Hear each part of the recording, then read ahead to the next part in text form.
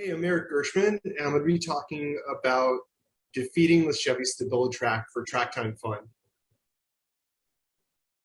This is a bit about me. It's some of my contact info. You can find me at Eric Gershman on Twitter, eric at ericgershman.com on my email, and Hexus on Discord. So I started out in IT as a systems administrator, and I quickly made my way into InfoSec. During that time, I was hacking most of my career on the side or either for work, and I've been a pen tester for the last 5 years. I learned how to wrench in college, how to work on cars in college because I just couldn't afford to get my oil changed. I had to do my oil changes myself, and that quickly led to changing my brakes. And then finally, at one point, I got a '93 Miata, and I changed my clutch on the Miata, and that was the largest work car project that I've ever done. This photo here is from the car hacking village from DEF CON 24 in 2016. It was the first time I went to the car hacking village. I came up to this car setup that was designed so that people could interact with it and find sensors. I looked inside, and everyone had picked over the interior, got into all the sensors. And so I decided to look under the bumper and was quickly stopped by the car hacking village staff because they didn't want me to start removing body panels to get to sensors. They just wanted us to really look at the interior. I feel like I've come a really long way since then. I just wanted to say that I'm excited about contributing back to the car hacking village after experiencing it over the past several DEF CONs. A quick disclaimer, the electronic stability control, which is what StabiliTrak is, each manufacturer uses their own trademark name for their electronic stability control, reduces the likelihood of crashes by up to 43%, according to the IAHS. So disable StabiliTrak and the other safety systems in your car at your own risk. Now, going into the reason why the starting of the title for this talk is safety third. That being said, safety can't really be ranked. Safety third is the idea that it should be jarring. Most of the time we hear safety first, but safety really is a mindset, and it's up to us. You can't always have safety first. There has to be a balance with risk. So for electronic stability control, it's commonly disabled for motorsport events and classes, even if it does save lives, because in the end, you're responsible for your own acceptable risk level. And you might be asking, like, why would you disable ESC and these other safety systems if they work so well on the road? And the best summary I could find was from the Team O'Neill Rally School in New Hampshire. In their video, The Best Car Modification, they say that the easiest and best performance modification you can do is to disable traction control, ABS, and stability control, because those systems are designed for the street, and they'll work different when you're on the track, and they'll prevent you from really learning and becoming a better race car driver. Now, the flip side of that is, even when racing, it really is a case-by-case basis. It depends on what car you're driving. So for a car like a Tesla Model Y, the stability control on that car is supposed to be amazing. I've never driven one, but it's supposed to be spot on with the balancing performance and being able to keep traction and keep you safe.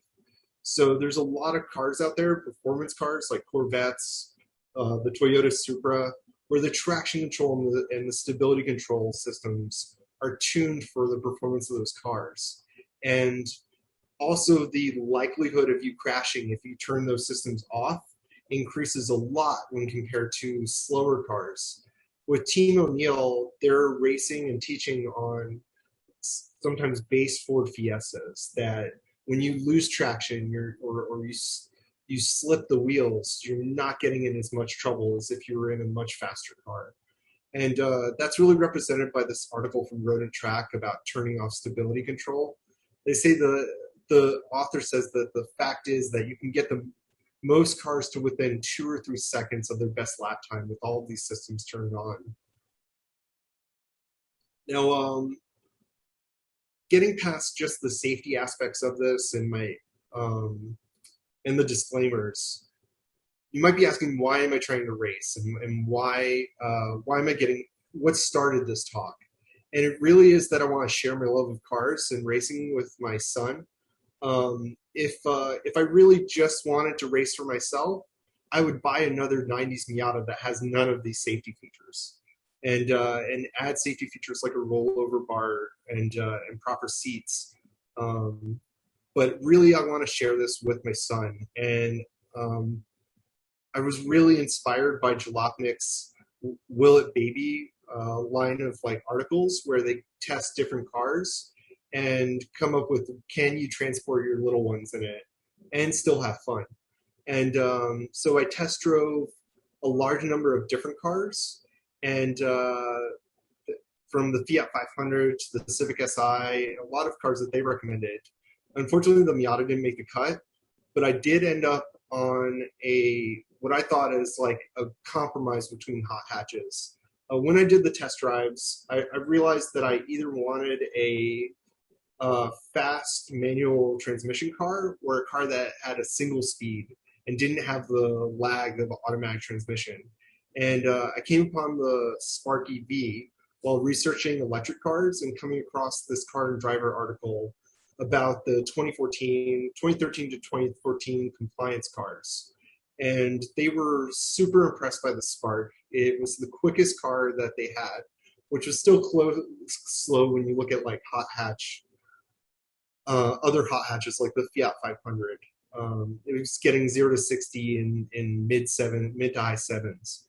But I decided to give this car a try. And when I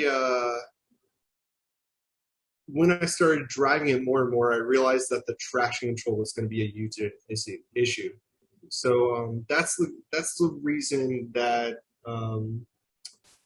really the motivation behind this talk. Moving on to ESC itself. ESC is a system that detects when vehicle steering is going in an unintended direction, when the vehicle is going the wrong way compared to the direction that the driver wants to take it. And it compensates that understeer or oversteer by using single wheel braking in the ABS system. The ESC components, most electronic stability control systems include a electronic stability control module. In this case, the Chevy calls that the electronic brake control module. Sensors for the throttle, the pedal, a sensor for each wheel to detect wheel slip, the anti-lock brake system modulator, which is able to brake each of the 4 wheels, and then a number of other sensors, including the torque angle sensor, yaw rate, and steering angle. To sum this up, you can think of the electronic stability control as an add-on on top of ABS, and it takes the sensors and the components that are required for ABS, and it adds a yaw sensor and a steering wheel angle sensor to detect the intended direction and the direction the car is going. Now, knowing those components, one of the first steps I took was trying to pull the fuses. Team O'Neill has a lot of good videos on how to disable the different safety systems, and they recommend pulling the fuses first. So I went through my owner's manual and I found that there were 4 different fuses. There was an ABS pump fuse, a valve fuse, an oil feeding fuse, and a fuse for the computer itself, the EBCM fuse. Out of all of these, I had the best results with the valve fuse. The pump and oil fuse didn't come up with any results other than a check engine light. And the EBCM fuse cut half the power to the EBCM, where the traction control system still seemed to be enabled, but the throttle was still being cut, even though it wasn't doing the same braking as before. So I pulled the ABS valve fuse, and I immediately got a message for service StabiliTrak. So that means that the StabiliTrak system is disabled, and that worked out great. I was able to drive with, I was able to produce understeer, I was able to produce skid. The car wasn't being cut off on power, and it worked pretty well. The brakes didn't seem like they were up to the previous performance with StabiliTrak enabled, but it worked well for the first ignition switch. When I turned the car off and turned it back on, I got a service brake assist message, and the power brakes on the car actually cut off. So on that next ignition cycle, I had no power brakes. It made braking really hard. So I quickly put the fuse back in, and this turned out to be not a tenable solution because it messes with the power brakes, and I would have to pull and put the fuse back in for each ignition cycle. And also, it seemed to disable the electronic brake distribution that controls the brake bias, and that's the braking that the car does, the percentage of braking that it does between the front and rear wheels. So I moved on from there, and I decided to go after the rest of the attack surface, starting with the Yaw Sensor. I know I just bought the car, but I quickly pulled the interior. I pulled the seats out, I pulled the carpet out, and I started searching everywhere in the car for the Yaw Sensor, and I couldn't find it. At the same time, I was checking Chilton DIY and all data that had service manuals for this newer car, relatively newer car. And the only thing that the Chilton manual said was that the Yaw Sensor would take an hour to be replaced. It didn't say where the Yaw Sensor was. It said how to calibrate it, but it didn't say where it was in the car. I checked on forums. I learned a little bit more about the Yaw Sensor and how it works, that it should be in the center of mass, and I still couldn't find it inside the car. I even talked to the local parts dealer, and they said that it just doesn't exist. The Yaw Sensor part doesn't exist. So it must be included in another component, or they may have a simulator, and that could be why it's cutting in so much for people who drive the Spark EV. So I had to move on from there. And I moved to the steering sensor. If I could maybe unplug the steering sensor, I might be able to disable just the StabiliTrak and not the ABS. The EBCM, when I looked up, or the steering angle sensor, when I tried to get to it, I couldn't get to it without pulling the steering wheel. And that involved, when I looked into the specifics on it, a $150 steering wheel puller from Chevy. And I also, at that point, tried to go after the EBCM. And unfortunately, the EBCM is not accessible unless you go through the radiator and take the radiator out. In the electric Spark, they mounted the EBCM under the car battery and behind the radiator. So it's really hard to get to. From there, I was inspired by an article by Rapid7 on building car hacking development workbench to try to put together a workbench for a gas Spark EV, because there were no Spark EVs at the local pull parts near my house. Finally, I found a Spark EV, a gas Spark EV, made it out to the junkyard, and immediately found the Yaw Sensor. That was super frustrating. I was excited, but it was right under where the noisemaker is, the pedestrian noisemaker is on the electric version of the car. And I was able to pull it out of the junkyard car in like 5 minutes. The ABS module was super easy to pull for the gas Spark, because it was right where you would expect the brake modules to be, easily accessible from the hood. So I pulled the ABS module, which included the EBCM, and I pulled the Yaw sensor, and I tried pulling the rest of the wiring harness, but I quickly went over my estimated effort on pulling this, and I ended up having to cut the wiring harness. Um, because of the time limits, I wasn't able to create a full harness, but I was able to pull the EBCM module, which is on the lower half of this picture here, and hook it up to a bench power supply. After hooking it to the bench, though, it didn't power on correctly. The voltage was lower. I found some pads. I have the EBCM module here.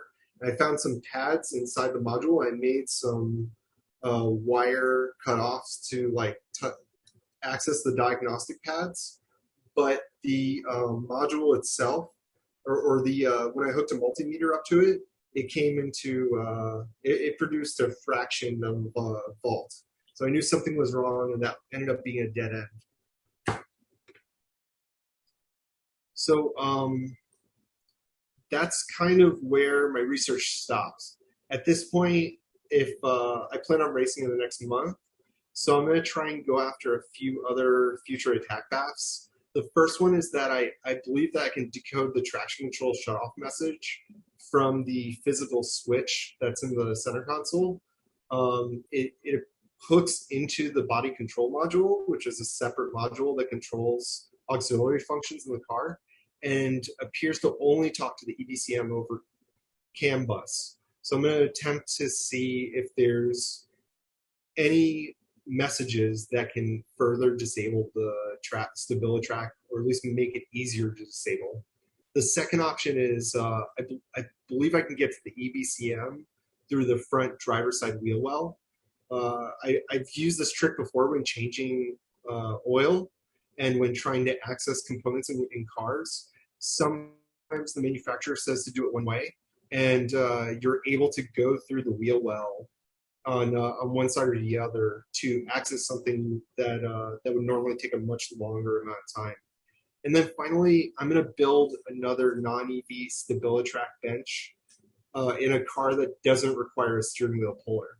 I know the Chevy Cruze doesn't require that. Thankfully, my junkyard has about 5 Chevy Cruzes. So the local junkyard seems like the best bet for that. And from there, I would be able to start reversing each of the components and observe them by hooking up a logic analyzer while the system is more functional.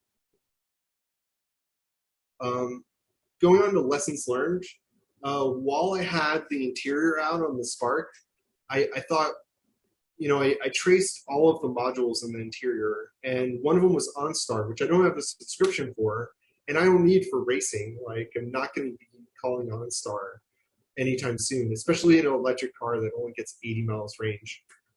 So I decided to pull the OnStar module, and immediately the check engine light came on. And I was like, okay, that's kind of expected.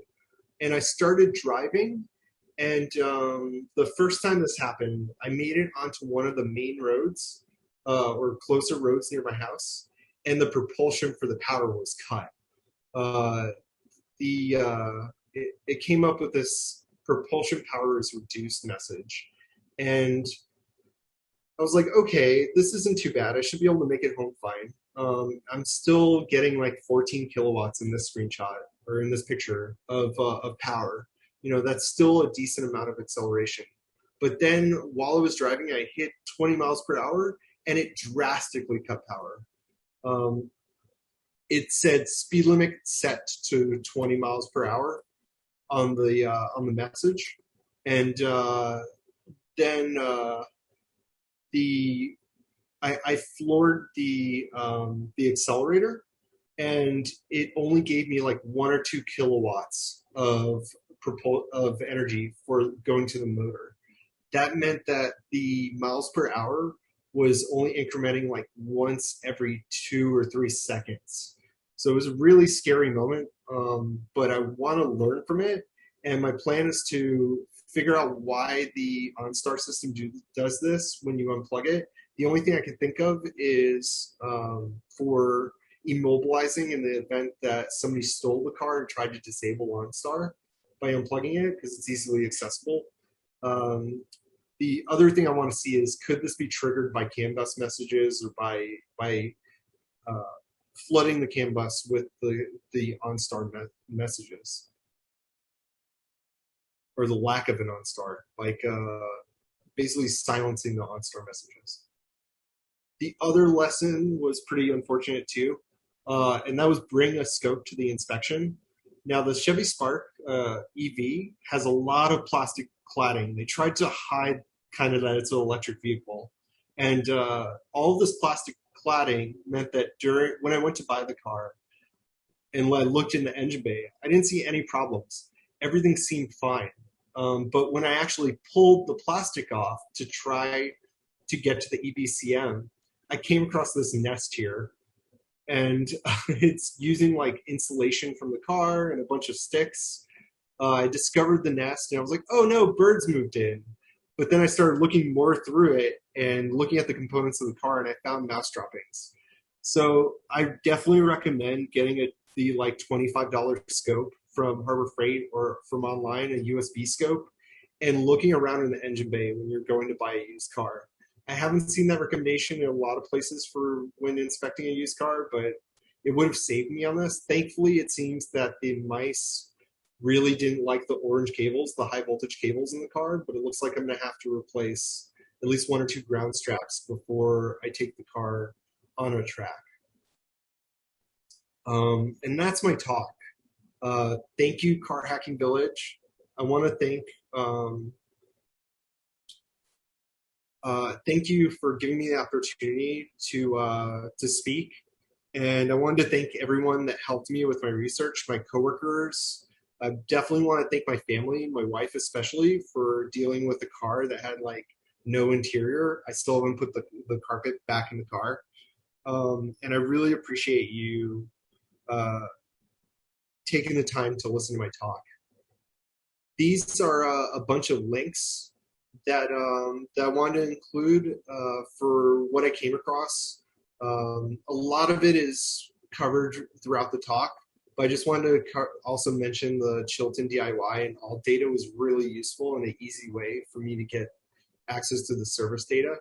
Last thing I wanted to mention is I'm going to be at DEF CON in person, and I'll be on the Discord. So if you have any questions and you're not able to ask in the Q&A, feel free to track me down, talk to me on Discord, or DM me on Twitter.